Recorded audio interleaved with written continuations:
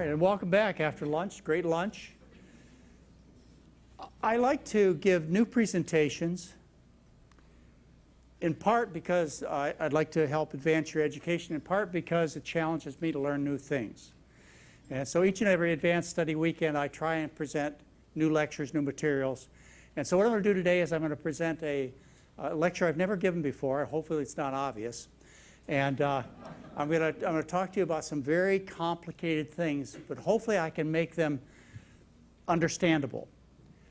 I hate to begin my lecture this way because it may be setting me up for failure, but I can just tell you that if somebody understands their subject, then they should be able to explain it to you. If you listen to a presenter, a speaker, and you sit there in the audience, and I've done this so many times before, you sit and you listen in the audience, and you listen to the speaker, you go, oh, they're so smart. I can't understand a thing they're saying. That's not the problem. The problem is they don't understand their subject. Because a good presenter, as we've had the speakers this weekend, a good presenter understands their subject well enough that they'll be able to explain complex issues to anybody sitting in the audience. Now, with that challenge in mind, I've got some very complicated things to talk to you about. As many of you have, I read the national best-selling book, Steve Jobs, by Walter Isaacson. I highly recommend it.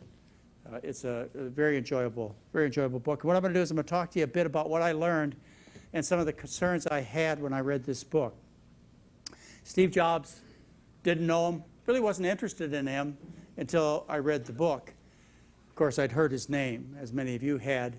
Didn't know about his reputation as a person or a personality. Didn't really understand all the things that he did. But since I read his biography, I've learned a lot about him and, of course, developed a whole new appreciation of the man. He lived 56 years, not long. He was born 1955, just died recently in October of 2011. For those of you who don't know, Steve Jobs has made great contributions. The thing you'll probably most recognize is the Mac computers. Well, probably even more than that, you'll recognize the iPhone. Yeah, the iPhone or the new iPads or iTunes. I'm sure the list goes on longer than that, but those are the things that Steve Jobs is most known for, is his genius in developing products that were so consumer friendly and interactive. The other thing he did that of course makes my grandchildren so happy is he was the CEO of Pixar, which was innovative in terms of animation and movie pictures. And so those are the two things that Steve Jobs was most known for. If you read his biography, you'll see that he gave me permission and actually, in a way, encouraged me to do a write-up about him and to put it in my November 2011 newsletter. He said in his biography, and the parentheses you see here with numbers in them represent the page numbers in the biography you would like to look up the statements. He said, giving me tacit permission to do what I'm doing now in the November 2011 newsletter, he said, when I got sick, I realized other people would write about me if I died, and they wouldn't know anything. They'd get it all wrong. So I wanted to make sure someone heard what I had to say. Well, what more encouragement can somebody give than that for me to take and explore what went on with Steve Jobs? I think Steve Jobs would have been very pleased with my assessment that I'm going to present for you over the next few minutes, as well as a thorough assessment I presented in the November 2011 newsletter. I mean, my thoughts were in agreement with what he intellectually and instinctively believed about medical treatments as well as good nutrition. And one of the purposes of doing this exploration, my perspective on what happened with Steve Jobs and why he died, one of the reasons that I took it on with such passion, and this is probably the most difficult and yet the most exciting article that I've ever written, is because I wanted to set the record straight for you, for his friends, and most importantly for his family. The way this all started out, as I mentioned to you a couple of days ago, is Mary and I were in a Verizon store in Portland, Oregon, and a young man picked up a mobile phone and asked Siri, "Why did Steve Jobs die?" And I was reading the biography, and I thought, well, I've learned enough things in this biography that make me want to answer that question too, and share that answer with you. The other thing that stimulated me so much to do this writing, to give this presentation, is because of a 60 Minutes report that I heard at the same time. All these things coincidentally happened at the same time. And that 60 Minutes report said the following things. In that report, you'll find statements that gave you the impression that Steve Jobs could have been cured of his cancer, a pancreatic cancer. Try and remember these points. He was foolish to pursue a diet as the answer to his cancer. By delaying surgery, he killed himself. And what a thing to live with. Steve Jobs was referred to as stupid in this 60 Minutes report. And in the report, it says everyone, you, his friends, his relatives, his wife, everyone thought they had the right answer concerning not only his surgery and what he should have done, but also what he should eat and not eat. In this report by 60 Minutes, you'll see Jobs referred to as having delusional thinking. In other words, he had an imagination that put him in places that none of us could go, but that was part of his genius. And that Jobs lived, they will tell you in the 60 Minutes interview, Jobs lived with regret the remainder of his life. For 8 years, he lived believing that he'd done foolish things in terms of his surgery and his diet that resulted in an earlier death and a more miserable life. And then they do a biopsy, and they're very emotional. They say, this is good. It's one of these very slow-growing 5% of pancreatic cancers that can actually be cured. But Steve Jobs doesn't get operated on right away. He tries to treat it with diet. He goes to spiritualists. He goes to various ways of doing it macrobiotically, and he doesn't get an operation. Why doesn't he get it operated on immediately? You know, I've asked him that. He said, I didn't want my body to be opened. I didn't want to be violated in that way. He's regretful about it.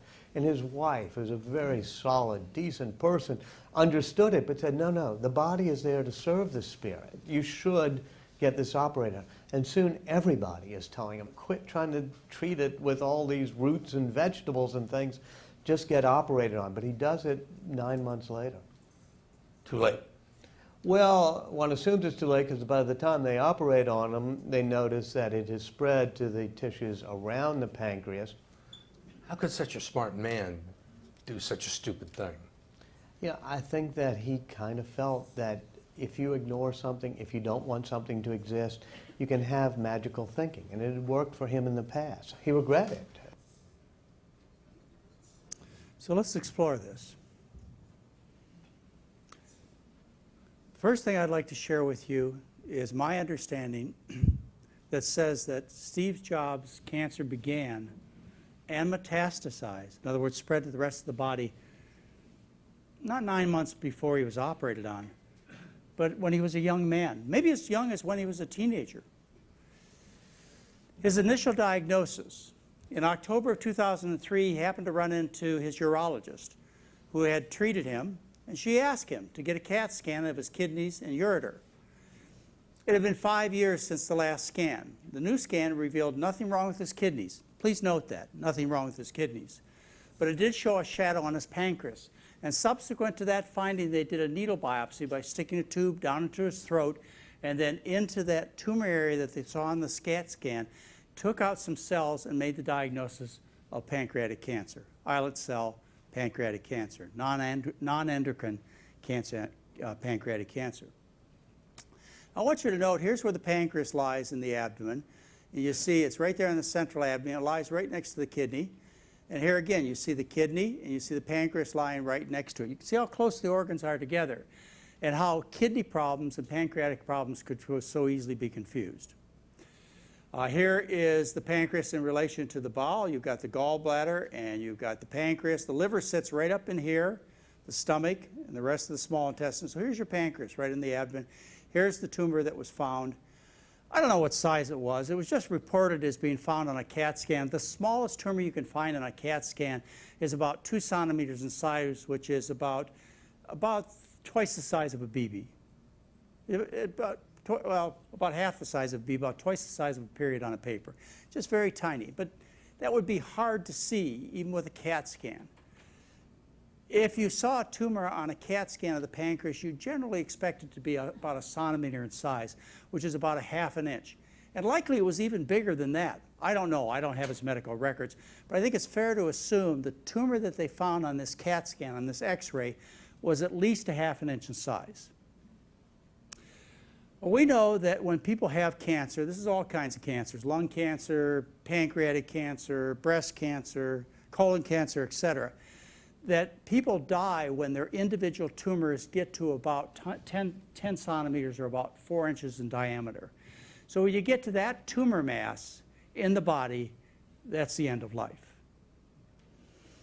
Now, the way you get from the first cancer cell, and always one cancer cell leads the way. What happens is things from the environment, like environmental chemicals, or the foods we eat, or cigarette smoke, things from the environment attack our cells. And when they attack the cells very badly, they usually kill the cells. But sometimes they attack the cells badly enough not to kill them, but badly enough to cause them to start dividing at their own free will.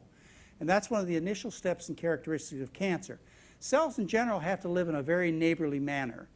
One cell that lives next to the other can't divide its own free will. If it did, if cells divided at their own free will, you'd be a misshapen mass in a matter of a few hours.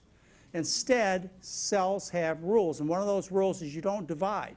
Well, there are a couple of exceptions, like if you're a child growing, you get signals from your brain that says, okay, you can divide, you can grow into a bigger person. Or if, say, you damage yourself, say you cut your skin, then the cells next to that wound can divide. It's part of the rules, part of the survival mechanisms of the body. They can divide and repair that wound. Otherwise, cells aren't allowed to divide. But what happens in cancer, be it in the breast or the colon or the prostate or the pancreas, is cells get injured and they stop being neighborly and they start dividing at their own free will. And so here you have the first cell, and let's just go to Jobs' pancreatic cancer, the first cell that becomes cancerous. And it starts dividing at its free will. It turns into 2 cells. And there's a time interval here. It's called the doubling time, how much time it takes to go from 1 cell to 2 cells, and then 2 cells to 4, and then 4 to 8, and 16, and 32, and so on, until you develop a large tumor mass. When a tumor mass is 1 millimeter in size, it contains 1 million cells. When it's a centimeter in size, which is a ½ an inch, that tumor mass is 1 billion cells. All right, so what we know is at age 48, when he had that CAT scan and the subsequent needle biopsy of the pancreas, which diagnosed him as having islet cell cancer, or non-endocrine cell cancer of the pancreas, he was 48 years old, and I think it's fair to assume that the tumor that they saw on that CAT scan was a centimeter in size. I'm being generous. Could have been a little bigger than that, but it was probably 1 centimeter in size. He was 48 years old, and he died at age 56, and we know the tumor mass, because that's how big it gets when people die. The tumor mass was now about 10 centimeters. The interval in time here between 48 and 56 is 8 years. So it took 8 years to double from 1 billion cells into a tumor mass that was big enough to kill him. 8 years. So what we need to find out is what the doubling intervals would be for a mass to grow from 1 centimeter to 10 centimeters. How fast would it have to double to make this kind of change in 8 years? And the way we figure this out is by very complicated mathematics, but they can be found, these mathematics, on a website where you just enter. You enter the time the tumor starts, the time the patient died, and what it does is it tells you how fast the tumor is doubling. And based on these kinds of calculations that any of you can do, if you go to the November 2011 newsletter, it'll show you where the site is, it'll show you where the numbers are that you enter, and what you figure out is that Steve Jobs' tumor doubled about every 10 months. So to go from 1 centimeter to 10 centimeters during an 8-year period of time, those tumors had to double every 10 months. Okay, with me? All right, so we know that. His tumor was actually a very slow-growing tumor. The average doubling times of tumors, say of the lung, of the breast, the colon, or the pancreas, the average doubling times are about every 3 to 9 months. His was every 10 months, so it was slow doubling. All right, so we went from 1 centimeter to 10 centimeter with a doubling time of 10 months. Every 10 months it doubled. Took an 8-year period of time. From that, we can figure out when the cancer started. When that first cell that became cancerous, when was that? All right, so you've got the doubling time from 1 centimeter, that's what we found in the pancreas, to a tumor mass of 10 centimeters, which is how big the tumors are by the time a person dies. That took place in 8 years, means those doublings took place in every 10 months. All right, well, let's just go backwards. Let's go from 1 centimeter to the first cell at a doubling rate of every 10 months. So we can calculate how far back it was that that first cell became cancerous in the pancreas. All right? So we put our calculations back into this double time calculator. Now what we find is that to go from 1 centimeter to the first cell took 24 years. That means that Steve Jobs developed cancer of the pancreas when he was 24 years old. Okay? It's just simple math. And then it took him another 8 years before that tumor mass they found in the pancreas finally got big enough to kill him. All right. The surgery was finally performed. Steve Jobs, even after he had a diagnosis, he had the needle biopsy, he knew he was sick, he had significant problems and encouragement from his wife, his friends, his family, his surgeons, everybody encouraged him to have surgery. And he said, no, I'm not going to do it. I don't want my body violated. I don't want to be opened up. And he was a great believer in the body's ability to heal itself. He'd been a vegetarian, a vegan for a long time. We're going to talk about that. So he, plain and simple, which I'm sure many of you think was foolish, or maybe you would have before you met me, think it's foolish. He said, I'm not going to have surgery. And he delayed surgery for 9 months until he got some repeat CAT scans and found things were obviously growing, and whatever efforts he was making wasn't making a difference. And then finally, on July 31st of 2004, he submitted to major abdominal surgery, and they opened him up. They opened him up, and what they found when they operated on him is not only did they find the tumor in the head of the pancreas, but they also found metastases on the liver. These are little tumors on the liver which result from the cancer of the pancreas spreading to the liver cells. And that was present July 31st, 2004, when he was operated on, 9 months after the initial diagnosis. What they did for surgery is they did something called a modified Whipple procedure. Whipple, I mean, this procedure was first done in 1898. Okay? I mean, this is 2004. That's modern technology. It's a procedure that was done, more than 100 years ago. And the version of Whipple that we use these days was originally done in 1935. What they essentially did is they took the head of his pancreas out. They took part of his small intestine. His gallbladder was removed. Then what they do is they attach this distal part of the small intestine to the stomach. In other words, this major surgery that they do, this is a really big deal, a modified Whipple procedure, with the thought that it might have cured him if the cancer was isolated to the pancreas. But when they did the surgery, what they found is they found little bits of tumor, little tumors growing. I don't know how big they are. I don't have his operative report. I have to make some assumptions. But they found tumors in the liver. Now, of course, these are big, big metastases. But my guess is he had metastases at least of this size, maybe this size. Let's just guess they were a centimeter in size. I think that's a fair estimate. So when they operated on July 31st, 2004, took out the pancreas, took some of the intestine, took the gallbladder out, it was already obvious that he had spread cancer not only to the liver, but to the rest of the body. It spreads every place when you see it in the liver. All right, so here we have the cancer in the pancreas that Jobs had diagnosed in October of 2003, which was finally operated on in July of 2004. And what happened was the tumor had spread through the bloodstream to other parts of the body. Here's what happens. Here you have the pancreatic tumor. That's the cancer in the pancreas. What happens is the little cancer cells, they break through into the venous blood system, into the veins, not into the lymph nodes. Yeah, it goes into the lymph system, but the major mechanism of spread is it goes into the veins, and then it will lodge in the liver or the bones or the brain or other parts of the body, and it starts growing at a similar doubling rate, similar doubling time. Remember, the doubling time that I calculated for the original tumor is every 10 months. And the doubling time of the metastases should be similar.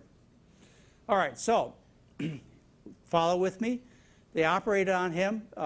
They did the surgery, and that was July 31st of 2004. And they found these metastases on his liver, and we're going to guess they were a ½ inch in size because they'd be easy to see. All right, they're ½ inch in size. And then he lived from July 31st, 2004, he lived until October of 2011. So he lived for 7 years. So we know how long he lived. We know the tumor had to double at a certain rate to get from that size to a tumor mass where he would die. So that time was 7 years. So what we do is we go back to our doubling time calculator, we enter the numbers, and what we find is the doubling time for that metastatic tumor is about every 8 months. Should have been 10. 8 months is close enough. Doubled every 8 months. All right, so here we go. We've got the cancer in the liver, the metastatic cancer in the liver. Here's when he dies, when the tumor mass gets this size. We know it took 7 years. We know the doubling time every 8 months, maybe every 10 months, the tumor doubled. I'm giving some real advantages here. It could have been, like I say, it could have been a lot earlier than I said. It wouldn't have been later. All right, so you have the tumor mass. You know how long it took to go from here to here. So you just take that doubling time and you calculate back to when the first cell spread from the pancreas to the liver based on that doubling time, and fill in your calculations, and what you find is that based on that doubling time of 8 months, he was 27 years old. If you made the doubling time 10 months, he'd been even younger. You with me? All right. So he was 27 years old when the cancer spread from his pancreas to his liver. He was 24 years old, age 48, when they first found it on CAT scan. Surgery performed at age 49. He had metastases to the liver. If you do the doubling time calculations, you find out the cancer started at age 24, and you found it spread around age 27. All right. Getting back to the point that Steve Jobs was told by everybody, his wife, his friends, his family, all of his physicians, that he was a fool to have delayed surgery for 9 months. Because in that 9-month interval, what happened is the cancer, which was confined to the pancreas, spread to the rest of the body during those 9 months. Could not have happened. No one who knows anything about this disease would ever come to that conclusion. And I just showed you how long it really took and how early he actually had the cancer. All right.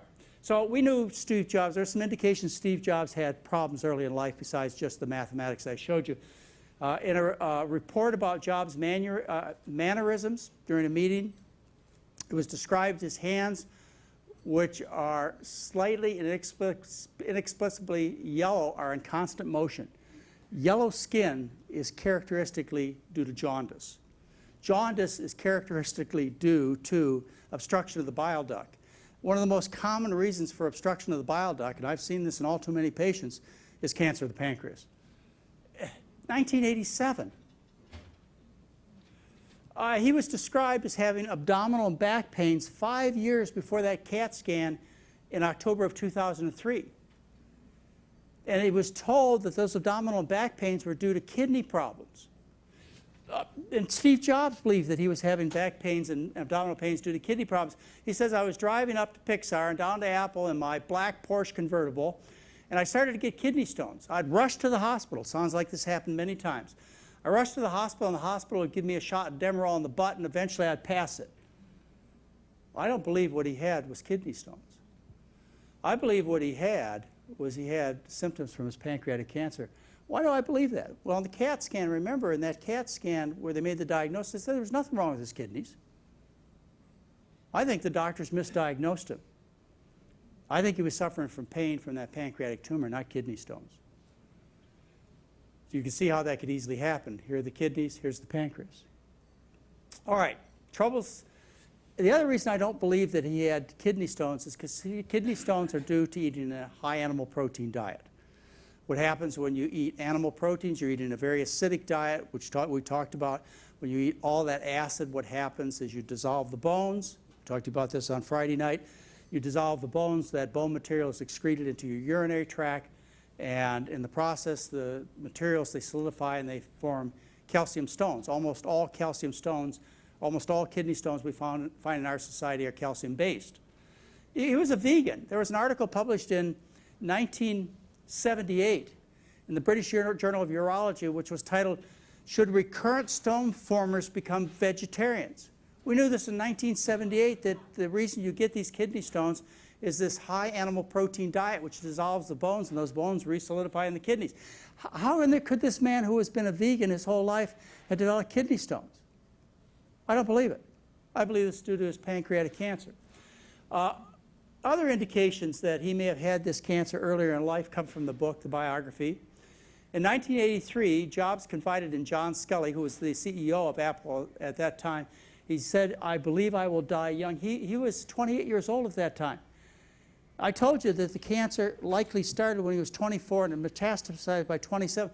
By 28, he already had doom and gloom about his life. Maybe because he was so intuitive, maybe he had some insight into the fact that there really was something wrong even way back then.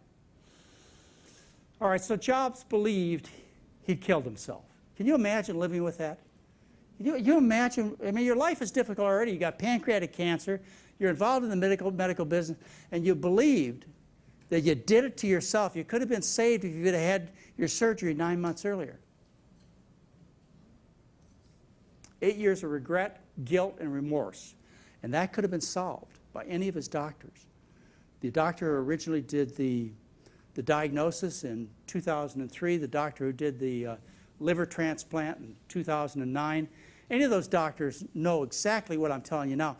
And they could have said to Steve Jobs, just to give him peace of mind, still let him suffer for 8 years, they could have said, "Mr. Jobs, you had a body full of cancer long before you were diagnosed in October of 2003. There's no reason for you to feel guilty."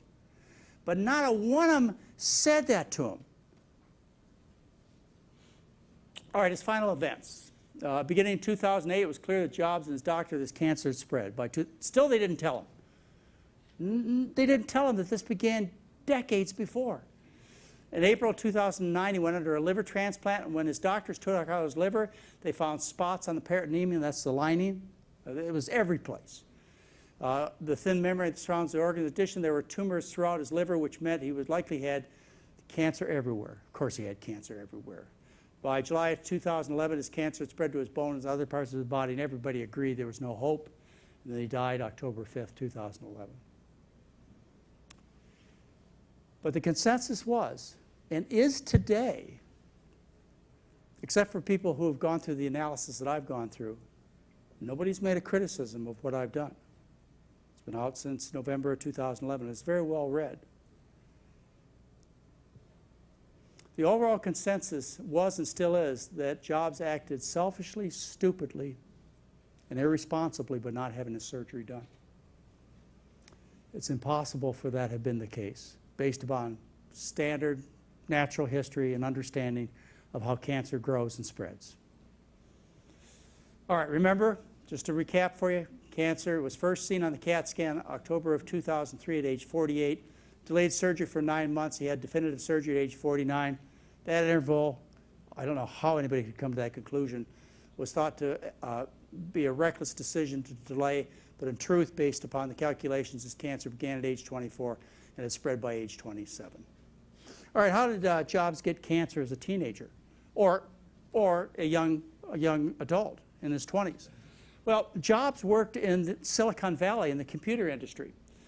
Summer of his freshman year out of high school in Los Altos, California, Jobs called Bill Hewlett of Hewlett-Packard. And on the phone, he talked to him, he said, and Packard, he said, and he answered and chatted with me for about 20 minutes. He got me the parts, but he also got me a job in a plant where they made frequency counters. He started working in the computer industry when he was 14, 15 years old. It was exposed to all kinds of carcinogens.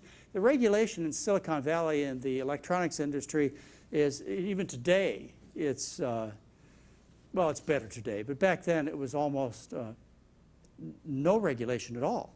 I mean, people didn't even think about these things that they were working with in electronics to be in any way toxic. Yet these days, and to some extent back then, we knew that these chemicals that they were working with, the organic and the inorganic materials, initiated and also caused the progression of cancer. Cadmium and lead, for example. We know from scientific research, articles have been published, that lead will cause islet cell, non-endocrine pancreatic cancer, just like Jobs had. There's discussions in his book, this biography, that talk about Jobs soldering computers together, and solder is made of lead. And I can imagine from my few experiences of soldering that he inhaled that without any concern at all. All kinds of metals are found in personal computers, aluminum and arsenic and cadmium and cobalt, all kinds of toxic cancer-causing chemicals. I believe that Steve Jobs was exposed to cancer-causing chemicals as a teenager and a young adult. I know he was. It's not a belief. Everybody knows this. And as a result of that kind of exposure, he had injury to his cells. One cell led the way. That's a cell in the pancreas. That's when he started cancer. He was about 24 years old, maybe younger. And that cancer, as you would expect, went through the veins, spread to the rest of his body by the time he was 27. Let's get to another issue of Jobs. Throughout his whole life, Jobs ate a healthy diet, and he was described as an extremely healthy person. Throughout his life, he was considered prickly, whip-thin vegetarian. That's a quote from the book. He was described as looking rather like a boxer, aggressive, elusive, graceful, and like an elegant jungle cat ready to spring at its prey. Anybody that ever saw Jobs, any pictures you ever saw of Jobs, anybody who knew Jobs, always marveled at his excellent health. I wonder if they thought about that being related to his vegetarian diet. Well, when he got sick and died, there was a whole other story told. Thanks to his co-founder at Apple, Steve Wozniak. Steve Wozniak, every picture I've been seeing, he's very overweight or obese. Yet, and this was fodder for people who like to hear good news about their bad habits, yet Steve Jobs, Wozniak, who's obviously overweight, was 4 years older than Jobs, and still alive, ate at Denny's, and his favorite foods were pizzas and burgers. So what did the public say when Steve Jobs died of pancreatic cancer? See, it doesn't matter what you eat. In fact, if you're a vegetarian, you're likely to get pancreatic cancer and die. Yeah, that was the response. And don't kid yourself. I'm sure you heard that, particularly if you eat a healthy diet yourself. I'm sure one of your friends or relatives came up to you and said, see, doesn't do you any good to eat a healthy diet. Look what happened to Steve Jobs. That's a paradox, apparent paradox. But you know what happened to Steve Jobs was just like getting struck by lightning or walking out in the street and get hit by a car. He happened to get exposed to these very toxic metals, and because of bad luck, the wrath of God, genetics, or whatever you want to say, in his case, those toxic metals or organic materials that are poisonous caused his pancreatic cells to become deranged, and thus the cancer started.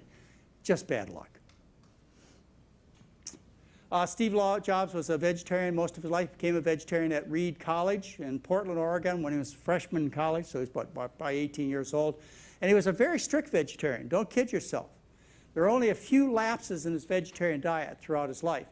When a waiter at a restaurant served him a sauce with sour cream, Jobs got nasty.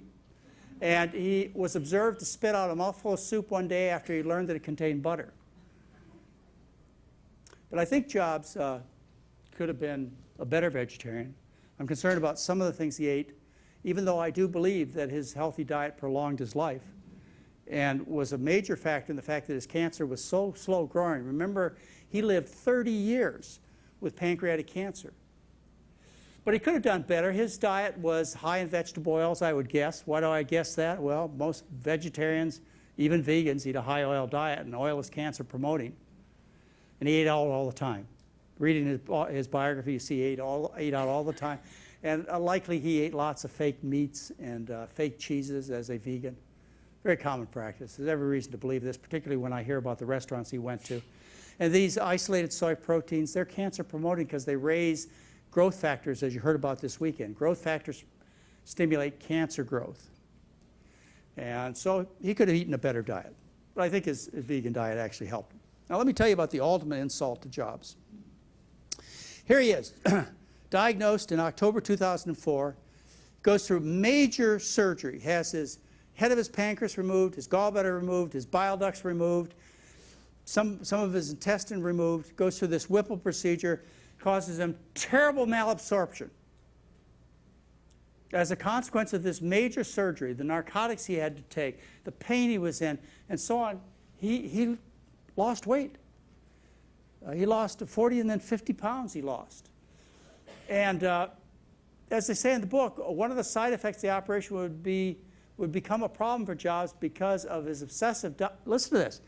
They said the reason he lost the weight, the 40 to 50 pounds, was because of his obsessive diets and the weird routine of purging and fasting that he had practiced since he was a teenager. Because the pancreas provides the enzymes that allow the stomach to digest food and absorb nutrients, removing part of the organ makes it hard to get enough protein. The problem wasn't this major surgery. The problem was he was eating a vegan diet. That's why he lost all the weight. That's what they said. And they told him he needed to eat meat. This is a lifelong vegan. For religious reasons, for reasons of concern to the environment and animals, this man was passionate about being a vegan. Yet they told him, you're sick and you're going to get sicker, not because of the major surgery and the drugs we have you on, but because you're a vegan and you need more protein. So they insisted that he violate everything he believed to be important. So, as I mentioned, Job lost 40 pounds and eventually 50, which was due to the pancreas, the pain control drugs, the liver, good grief, you'd lose 40, 50 pounds too. Ultimately, his doctors, until his death, his doctors begged him to consume high-quality protein. Paul's wife had been a vegan when they were first married, but after her husband's operation, she began to diversify the family diet with fish and other proteins. Jobs eventually succumbed to these intense demands, ate seafood and eggs. They succeeded. The dietitians, the doctors, the friends, the relatives, the well-meaning people succeeded in getting him to violate what he believed to be most important. He was forced to turn back on his religious beliefs, his beliefs in a healthy vegan diet. The overall consensus was, and still is, that Jobs acted selfishly, stupidly, and irresponsibly by being a vegan. But he lived 30 years with pancreatic cancer. He had a tumor that doubled every 10 months, as opposed to tumors that double every 3, 6, and 8 months. And then they do a biopsy, and they're very emotional. They say, this is good. It's one of these very slow-growing 5% of pancreatic cancers that can actually be cured. But Steve Jobs doesn't get operated on right away. He tries to treat it with diet. He goes to spiritualists. He goes to various ways of doing it macrobiotically, and he doesn't get an operation. Why doesn't he get it operated on immediately? You know, I've asked him that. He said, I didn't want my body to be opened. I didn't want to be violated in that way. He's regretful about it. And his wife, who's a very solid, decent person, understood it, but said, no, the body is there to serve the spirit. You should get this operated on. And soon everybody is telling him, quit trying to treat it with all these roots and vegetables and things. Just get operated on. But he does it 9 months later. Too late. Well, one assumes it's too late because by the time they operate on him, they notice that it has spread to the tissues around the pancreas. How could such a smart man do such a stupid thing? Yeah, I think that he kind of felt that if you ignore something, if you don't want something to exist, you can have magical thinking. And it had worked for him in the past. He regretted it. You get it? Get it? See what the video says? Did I misinterpret this? Jobs could have been cured. Excuse me? Jobs couldn't have been cured. This cancer had been going on for 24 years. He foolishly pursued diet as an answer. I don't think so. That's one of the few things that didn't hurt him, that they did to him. By delaying surgery, he killed himself? That's what he believed. That's what his wife believed, and probably still does today, unless she's read my newsletter. He was referred to his actions as stupid. How do you call one of the greatest geniuses that ever walked this earth as being stupid? Acting. Everyone else, including his wife, was described as a good person, as if he wasn't. Everybody had the right answer. Magical thinking. That was his problem, magical thinking. They created the iPhone, the iPad, my Mac, Pixar, and all of a sudden it failed him in terms of something as important as his health. And Jobs lived to regret this the remainder of his life. He did, but he shouldn't have. I think he shouldn't have. So I wrote this newsletter as a small token of thanks to Steve Jobs for all he did, to at least, tell the world that's listening, what the truth is about this situation. He didn't act stupidly or irresponsibly. He shouldn't have had regret. He should have been supported. This is not uncommon knowledge. This is not a matter of this being of anything a dispute. There's no doctor who will look at this data and come to any other conclusion. As I say, since I published this newsletter, and it got really well read, I'm sure many of you read it, and hopefully you enjoyed it. I heard an interview on NPR by Walter Isaacson, and I have to believe that I heard him say a completely different story than he said on 60 Minutes. That's what I heard. That he understood now, his biographer, that Steve Jobs' cancer started many, many years before it was diagnosed. And there was nothing that could have been done to save him. And the treatments that were done actually did tremendous harm to the man. And the guilt he had to live with is unexcusable. Thank you. All right.